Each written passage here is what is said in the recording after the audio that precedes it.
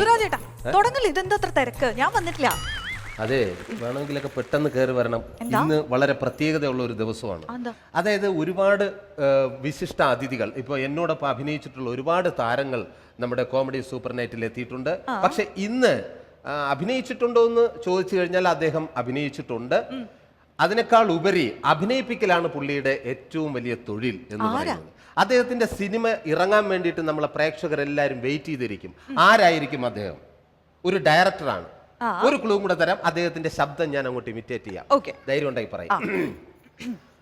പ്രിയപ്പെട്ടവരെ, മലയാള സിനിമയിൽ ഒരുപാട് താരങ്ങൾക്ക് അവസരം കൊടുത്തിട്ടുണ്ട്. എന്തായാലും ഇവിടെ വരുവാനും കോമഡി സൂപ്പർ നൈറ്റിൽ വരുവാൻ ഒരുപാട് സന്തോഷമുണ്ട്. എന്ന പേര് പറയേ, മലയാളികളുടെ പ്രിയപ്പെട്ട സംവിധായകൻ ലാൽ ജോസ് അല്ലാതെ മറ്റാരാണ്? യെസ്, നമുക്ക് സ്വാഗതം ചെയ്യാം ലാൽ ജോസ് സാറിനെ. നമസ്കാരം സാർ. നമസ്കാരം. ഒരുപാട് സന്തോഷമുണ്ട് സാർ ഈ നമ്മുടെ ഈ കോമഡി സൂപ്പർ നൈറ്റിന്റെ വേദിയിൽ വന്നതിൽ ഒരുപാട് സന്തോഷം സാർ. ഇവിടെ ഒരുപാട് സൂപ്പർ താരങ്ങൾ ഈ വേദിയിൽ വന്നിട്ടുണ്ട്. ആദ്യമായിട്ടാണ് സംവിധായകരിലെ super star Lal Jose sir ഈ വേദിയിൽ എത്തുന്നത്. എന്താണ് ഈ സൂപ്പിക്കണേന്റെ രഹസ്യം? വേറൊന്നുമല്ല, ഒരു പടത്തിൽ ഒരു ചാൻസ്, അത് തന്നെ. അല്ല സാർ, ഇത് സൂചിപ്പിക്കുന്നതല്ല. സാറിന്റെ പടം കാണാൻ ഇവിടെ ആൾക്കാർ വെയിറ്റ് ചെയ്തിരിക്കുകയാണ്. ഒരുപാട് ചിരിക്കണ്ട, വേറൊന്നുമല്ല. സാറിനെ കണ്ടുകൊണ്ട് മാത്രമാണ് രാജാപ്പാട്ട് ഡ്രസ്സ് ഇട്ടുകൊണ്ട് വന്നത്, ഒരു ചാൻസിന് വേണ്ടി.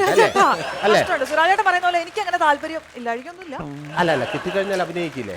പിന്നല്ലേ സാറ് അല്ല, ഒരുപാട് പിന്നെ പുതുമുഖങ്ങൾക്ക് അവസരം കൊടുത്തിട്ടുണ്ട് സാറ്. അതിപ്പോ നടിമാർക്ക് മാത്രമല്ല, തിരക്കഥാകൃത്തുകൾക്കും കൊടുത്തിട്ടുണ്ട്.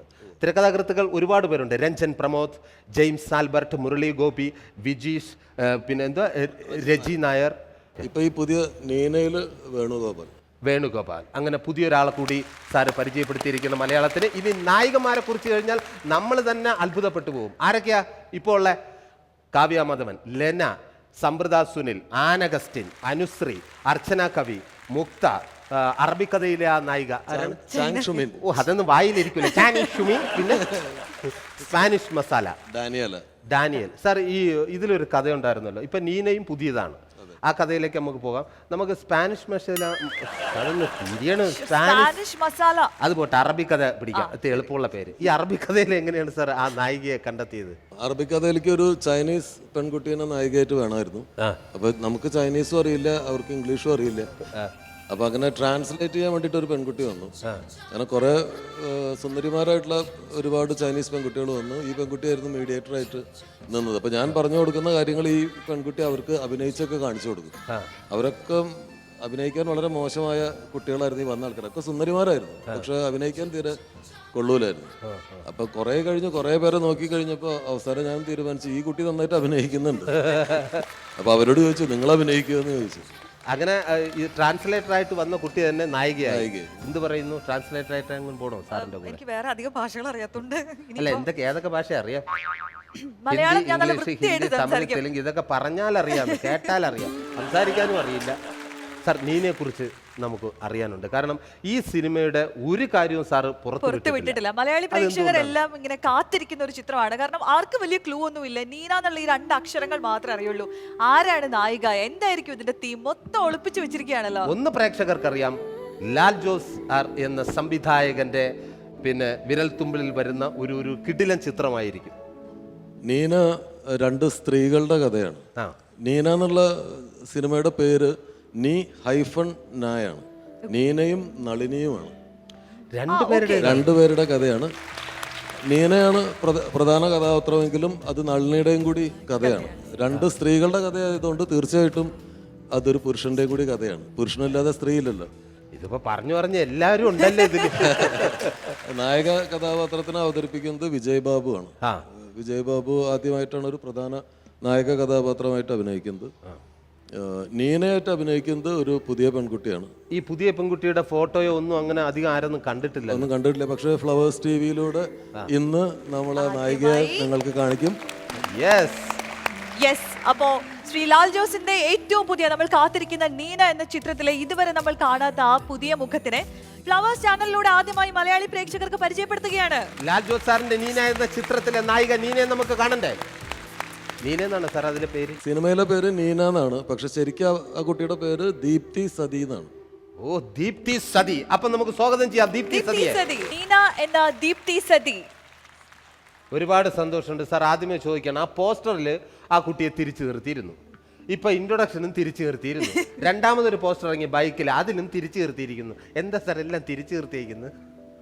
ആദ്യമായിട്ട് കാണാനുള്ളൊരു കൗതുകം ഉണ്ടാക്കുക എന്നുള്ളതാണ്. പിന്നെ സിനിമയിലെ നീനയുടെ ക്യാരക്ടറിലും ആ സ്വഭാവം ഉണ്ട്. എങ്ങനെ ഈ തിരിഞ്ഞു പോകുന്ന സ്വഭാവം? അതെ, തലതിരിഞ്ഞ സ്വഭാവമുണ്ട്. എങ്ങനെയുണ്ട് നമ്മുടെ നായിക നീന? എങ്ങനെയുണ്ട്? ഇഷ്ടമായോ? ഇഷ്ടപ്പെട്ടോ? ഇഷ്ടപ്പെട്ടേ നല്ല കൈയടി കൊടുക്ക്. എന്താ പേര്? നീന. നീന. മലയാളം നന്നായിട്ട് അറിയോ? അതെ, എനിക്ക് മലയാളം നല്ലപോലെ അറിയാം, പക്ഷേ സംസാരിക്കുമ്പോൾ കുറച്ച് തെറ്റുകൾ വരും. അതെ, നല്ലപോലെ അറിയാം, പക്ഷെ സംസാരിക്കുമ്പോൾ കുറച്ച് വരും. കുഴപ്പമില്ല, നമ്മൾ സംസാരിക്കുമ്പോൾ മാത്രമേ മലയാളം തെറ്റുള്ളൂ അല്ലേ? അതെ. എവിടെ സ്ഥലം? ഞാൻ ജനിച്ചതും വളർന്നതും മുംബൈയിലാണ്. മുംബൈ.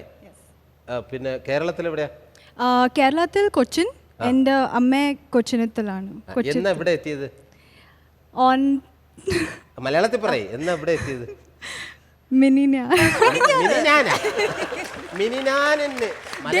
യെസ്റ്റർഡേ ഞാൻ എവിടെ എത്തി. ഇതാണ് എനിക്ക് പിടിക്കാത്ത ഇംഗ്ലീഷ്. അങ്ങോട്ടെങ്ങാനും ചെന്ന് നിന്ന് സംസാരിക്കാൻ. എനിക്ക് സാറിനോടാണ് ചോദിക്കാനുള്ളത്. ഈ നീനെ അന്വേഷിച്ചുള്ള യാത്ര എങ്ങനെയായിരുന്നു? ലോകയാത്രക്കിടയിൽ നിന്ന് കിട്ടിയതാണോ അതോ നീനയ്ക്ക് വേണ്ടിയിട്ടുള്ള ഒരു അന്വേഷണമായിരുന്നോ? നീനയ്ക്ക് വേണ്ടിയിട്ടുള്ളൊരു അന്വേഷണം ഉണ്ടായിരുന്നു. ഇതൊരു 3 വർഷം മുമ്പ് തീരുമാനിച്ചൊരു സബ്ജക്റ്റ് ആയിരുന്നു. അപ്പോൾ അതിൻ്റെ എഴുത്തും മാറ്റെഴുത്തും കാര്യങ്ങളൊക്കെ ആയിട്ട് നടക്കുന്നതിനിടയിൽ ഞങ്ങൾ ഇതുപോലെ മുടിയുള്ള ഒരു പെൺകുട്ടിയെ അന്വേഷിച്ചുകൊണ്ടിരുന്നു.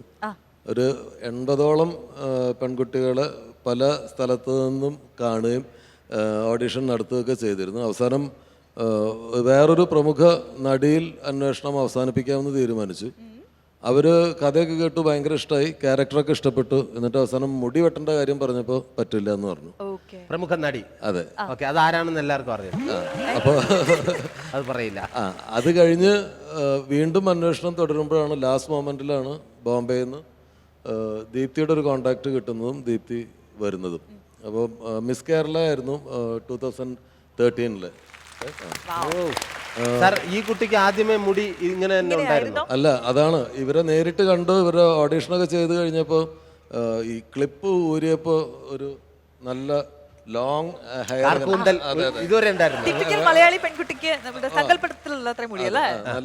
നല്ല ബ്രൗൺ കളറിലുള്ള മനോഹരമായ മുടിയായിരുന്നു. അപ്പോൾ ഞാൻ ഇവരോട് പറഞ്ഞു, ഈ ക്യാരക്ടറിന് മുടി വെട്ടണം, നിങ്ങളുടെ മുടി കണ്ടിട്ട് അത് വെട്ടാൻ പറയാൻ എനിക്ക് തോന്നുന്നില്ല, അതുകൊണ്ട് നിങ്ങൾ തിരിച്ചു പോയിക്കോളൂ, ഞാൻ അതുപോലെ ഹെയർ കട്ടുള്ള വേറൊരാളെ നോക്കിക്കോളാം എന്ന് പറഞ്ഞു.